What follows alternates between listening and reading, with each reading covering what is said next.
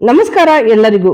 ಬನ್ನಿ, ತುಂಬಾನೇ ರುಚಿಕರವಾದಂತ ಟೇಸ್ಟಿ ಆದಂತ ರೊಟ್ಟಿ, ಅನ್ನಕ್ಕೆ, ಚಪಾತಿಗೆ ಎಲ್ಲದಕ್ಕೂ ರುಚಿಯಾದಂತ ಒಂದು ಎಣಗಾಯಿ ಪಲ್ಯ ಅಂತಾನೆ ಹೇಳ್ಬೋದು.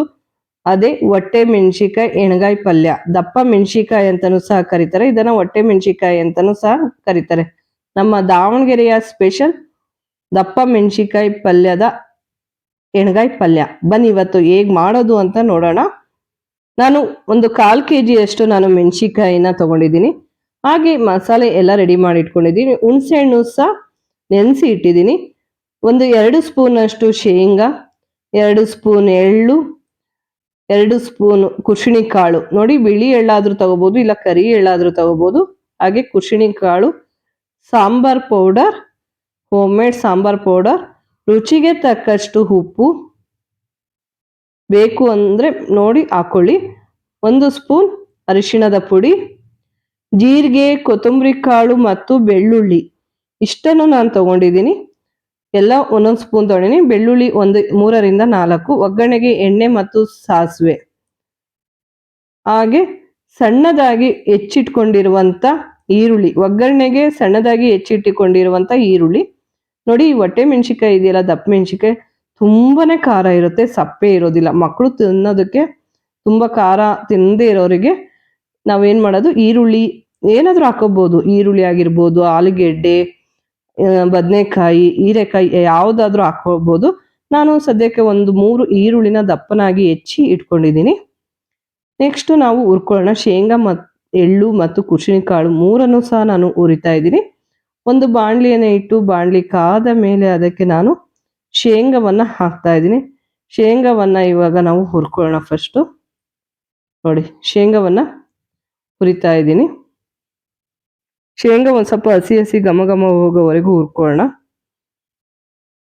ಆಮೇಲೆ ಇದಕ್ಕೆ ಬಿಳಿ ಎಳ್ಳು, ಕುಶಿಣಿ ಕಾಳು ಮೀಡಿಯಂ ಉರಿಯಲ್ಲೇ ಹುರ್ಕೊಳ್ಳೋಣ. ಜಾಸ್ತಿ ಉರಿಯೋದೇನು ಬೇಡ, ಬಿಸಿ ಇರುತ್ತಲ್ಲ ಬಾಣಲಿಯಲ್ಲೇ ನಾವು ಹುರ್ಕೊಂಡ್ರೆ ಸಾಕು. ನೋಡಿ, ಶೇಂಗಾ ಮತ್ತು ಬಿಳಿ ಎಳ್ಳು, ಕುಶಿಣಿ ಕಾಳು ಈ ಮೂರನ್ನು ಸಹ ಹುರಿದು ಇದನ್ನ ನಾವು ತಣ್ಣಗಾಗೋದಕ್ಕೆ ಬಿಡೋಣ. ನೆಕ್ಸ್ಟ್ ನಾವು ಒಂದು ಕುಕ್ಕರನ್ನು ಇಡ್ತಾ ಇದೀವಿ. ಹಾಗೆ ಮಾಡ್ಬೋದು ಬಾಣಲಿಯಲ್ಲಿ ಡೈರೆಕ್ಟ್ ಆಗಿ, ನಾನು ಕುಕ್ಕರಲ್ಲೇ ಮಾಡ್ತಾ ಇದ್ದೀನಿ. ಒಂದು 3ರಿಂದ 4 ಸ್ಪೂನ್ ಅಷ್ಟು ಎಣ್ಣೆ. ಎಣ್ಣೆ ಕಾದ ಮೇಲೆ ಇದಕ್ಕೆ ಸಾಸಿವೆ, 1 ಸ್ಪೂನ್ ಅಷ್ಟು ನಾನು ಸಾಸಿವೆಯನ್ನ ಹಾಕ್ತಾ ಇದ್ದೀನಿ. ಸಾಸಿವೆ ಒಂದು ಸ್ವಲ್ಪ ಚಟ ಚಟ ಅಂತ ಸೌಂಡ್ ಬರೋವರೆಗೂ ಬಿಡೋಣ. ಆಮೇಲೆ ನಾವು ಇದಕ್ಕೆ ಈರುಳ್ಳಿ ಮತ್ತು ಕರಿಬೇವು ಸೊಪ್ಪು ಎರಡನ್ನು ಹಾಕಿ ಹಸಿ ಹಸಿ ಘಮ ಘಮ ಹೋಗೋವರೆಗೂ ಇದನ್ನ ನಾವು ಹುರ್ಕೋಬೇಕು. ನೋಡಿ, ಫಸ್ಟ್ ನಾವು ಇದನ್ನ ಒಗ್ಗರಣೆಯನ್ನ ಹಾಕಿ ಹುರಿದು ತೆಗೆದು ಇಡೋಣ. ತುಂಬ ರುಚಿಯಾಗಿರುತ್ತೆ, ಟೇಸ್ಟಿ ಆಗಿರುತ್ತೆ, ಸಿಂಪಲ್ ಆಗಿ ಮಾಡುವಂಥದ್ದು, ಬೇಗನೆ ಮಾಡುವಂಥದ್ದು. ನೋಡಿ, ಹೀರೆಕಾಯಿ ಎಣಗಾಯಿ ಪಲ್ಯ ಆಯಿತು, ಬದನೆಕಾಯಿ ಎಣಗಾಯಿ ಪಲ್ಯ ಆಯಿತು. ಈಗ ದಪ್ಪ ಮೆಣಸಿಕಾಯಿ ಅಂದರೆ ಹೊಟ್ಟೆ ಮೆಣಸಿಕಾಯಿ ಎಣಗಾಯಿ ಪಲ್ಯನೂ ಸಹ ರೆಡಿ ಆಗ್ತಾ ಇದೆ. ತುಂಬಾನೇ ರುಚಿಕರವಾದಂಥ ಟೇಸ್ಟಿ ಆದಂಥ ಪಲ್ಯ ಅಂತಾನೆ ಹೇಳ್ಬೋದು. ನೋಡಿ, ಈರುಳ್ಳಿನೂ ಸಹ ಹಸಿ ಹಸಿ ಘಮ ಘಮ ಹೋಗೋವರೆಗೂ ಇದನ್ನು ಹುರ್ಕೊಂಡಾಗಿದೆ. ಇದನ್ನು ನಾವು ಒಂದು ಸೈಡಿಗೆ ಇಡೋಣ.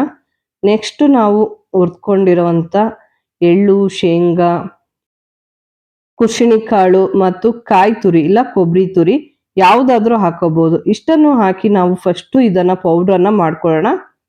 ನೋಡಿ, ತುಂಬಾ ರುಚಿಯಾಗಿರುತ್ತೆ, ಟೇಸ್ಟಿಯಾಗಿರುತ್ತೆ. ತಿಂತಾ ಇದ್ರೆ ತಿಂತಾನೆ ಇರಬೇಕು ಅನ್ಸುತ್ತೆ.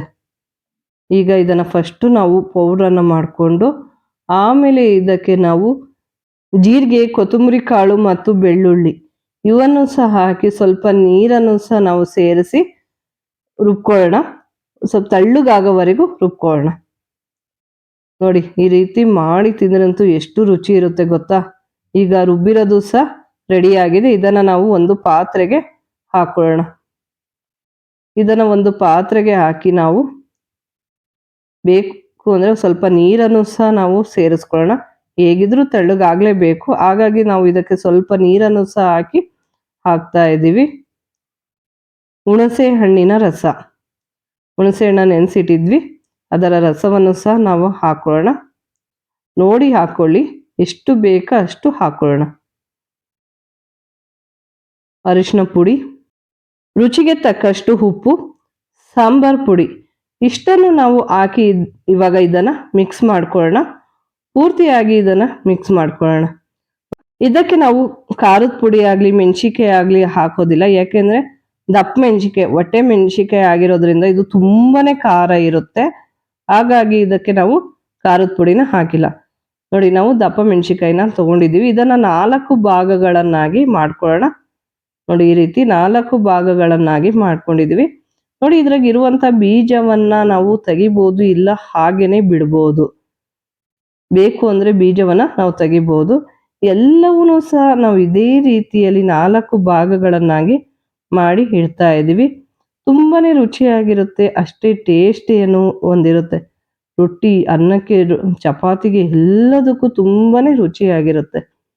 ನೋಡಿ, ಇವಾಗ ಮಸಾಲೆನೂ ಸಹ ರೆಡಿ ಆಗಿದೆ, ಟಫ್ ರೆಡಿ ಆಗಿದೆ. ಮೆಣಸಿಕಾಯಿ ಒಳ ತುಂಬೋದಕ್ಕೆ ನಾವು ಎಲ್ಲವನ್ನೂ ಸಹ ಇದೇ ರೀತಿಯಲ್ಲಿ ತುಂಬಿ 4 ಭಾಗ ಮಾಡಿರ್ತೀವಿ. ಅದ್ರೊಳಗೆ ತುಂಬಿ ನಾವು ಕುಕ್ಕರ್ ಒಳಗೆ ಅಂದ್ರೆ ಒಗ್ಗರಣೆ ಹಾಕಿರ್ತೀವಲ್ಲ ಅದ್ರ ಒಳಗೆ ನಾವು ಮೇಲಕ್ಕೆ ಒಂದೊಂದಾಗಿ ಜೋಡಿಸ್ಕೊಳ್ಳೋಣ. ಎಲ್ಲವನ್ನೂ ಸಹ ನಾವು ಇದೇ ರೀತಿಯಾಗಿ ಜೋಡಿಸಿ ಇಡಬೇಕು. ತುಂಬಾನೇ ರುಚಿಯಾಗಿರುತ್ತೆ, ಟೇಸ್ಟಿ ಅಂತೂ ಎಮ್ಮಿ. ತಿಂತಾ ಇದ್ರೆ ತಿಂತಾನೆ ಇರಬೇಕು ಅನ್ಸುತ್ತೆ. ನೋಡಿ, ಈಗ ಎಲ್ಲವನ್ನೂ ಸಹ ನಾವು ಇದೇ ರೀತಿಯಲ್ಲೇ ತುಂಬ್ಕೊಳ್ಳೋಣ. ನೋಡಿ, ಎಲ್ಲವನ್ನು ತುಂಬಿರೋದನ್ನ ನಾವು ಕುಕ್ಕರ್ ಒಳಗೆ ಜೋಡಿಸ್ತಾ ಇದ್ದೀವಿ. ಆಮೇಲೆ ಇದಕ್ಕೆ ನಾವು ದಪ್ಪನಾಗಿ ಹೆಚ್ಚಿ ಇಟ್ಟಿರುವಂಥ ಈರುಳ್ಳಿನೂ ಸಹ ಎಲ್ಲವನ್ನು ಹಾಕ್ಕೊಂಡು ಅದಕ್ಕೆ ನಾವು ರುಬ್ಬಿರುವಂಥ ಮಿಶ್ರಣವನ್ನು ಸಹ ನಾವು ಹಾಕಿ ಅದಕ್ಕೆ 1 ಲೋಟ ಇಲ್ಲ ಅರ್ಧ ಲೋಟದಷ್ಟು ನೀರನ್ನು ಸಹ ಸೇರಿಸ್ತಾ ಇದ್ದೀವಿ. ಇದನ್ನ ನಾವು ಇವಾಗ 2 ವಿಷಲ್ ಕೂಗಿಸ್ಕೊಂಡ್ರೆ ಸಾಕು, 3 ವಿಷಲ್ ಬೇಡ. ಯಾಕೆಂದ್ರೆ ಪೂರ್ತಿ ಮೆತ್ತಗಾಗ್ಬಿಡುತ್ತೆ, ಬೇಗನೆ ಮೆತ್ತಗಾಗೋದ್ರಿಂದ ನಾವು ಇದನ್ನ 2 ವಿಷಲ್ ಮಾತ್ರ ಇದನ್ನ ಕೂಗಿಸ್ಕೊಂಡಿದೀವಿ. ನೋಡಿ, ಈಗ ಹೊಟ್ಟೆ ಮೆಣಸಿಕಾಯಿ, ದಪ್ಪ ಮೆಣಸಿಕಾಯಿ ಪಲ್ಯ ಇವಾಗ ರೆಡಿ ಆಗಿದೆ. ತುಂಬಾ ರುಚಿಕರವಾದಂತ ಪಲ್ಯ ಅಂತಾನೆ ಹೇಳ್ಬೋದು. ಹಾಗೆ ನಮ್ಮ ಚಾನಲ್ ಅನ್ನ ಯಾರು ಸಬ್ಸ್ಕ್ರೈಬ್ ಮಾಡಿಲ್ಲ ಸಬ್ಸ್ಕ್ರೈಬ್ ಮಾಡಿ, ಇಷ್ಟವಾದ್ರೆ ಒಂದು ಲೈಕ್ ಕೊಡಿ, ಕಮೆಂಟ್ ಮಾಡಿ, ಹಾಗೆ ಶೇರ್ ಮಾಡಿ. ನೋಡಿ, ದಪ್ಪ ಮೆಣಸಿಕಾಯಿ ಪಲ್ಯಕ್ಕೆ ನಾವು ಜೋಳದ ರೊಟ್ಟಿ ಹಾಕೊಂಡು ಊಟ ಮಾಡಿದ್ರೆ ಎಷ್ಟು ರುಚಿಯಾಗಿರುತ್ತಲ್ವಾ. ದಪ್ಪ ಮೆಣಸಿಕಾಯಿ ಪಲ್ಯ, ಅದ್ರ ಜೊತೆಗೆ ಸೌತೆಕಾಯಿ ಮತ್ತು ಈರುಳ್ಳಿ, ಹಾಗೆ ಜೋಳದ ರೊಟ್ಟಿ, ತುಂಬಾನೇ ರುಚಿಕರವಾದಂಥ ಟೇಸ್ಟಿ ಆದಂಥ ಊಟ ಅಂತಾನೆ ಹೇಳ್ಬೋದು. ನಮ್ಮ ದಾವಣಗೆರೆಯ ಸ್ಪೆಷಲ್ ದಪ್ಪ ಮೆಣಸಿಕಾಯಿ ಪಲ್ಯ ರೊಟ್ಟಿ ರೆಡಿ. Thank you, bye.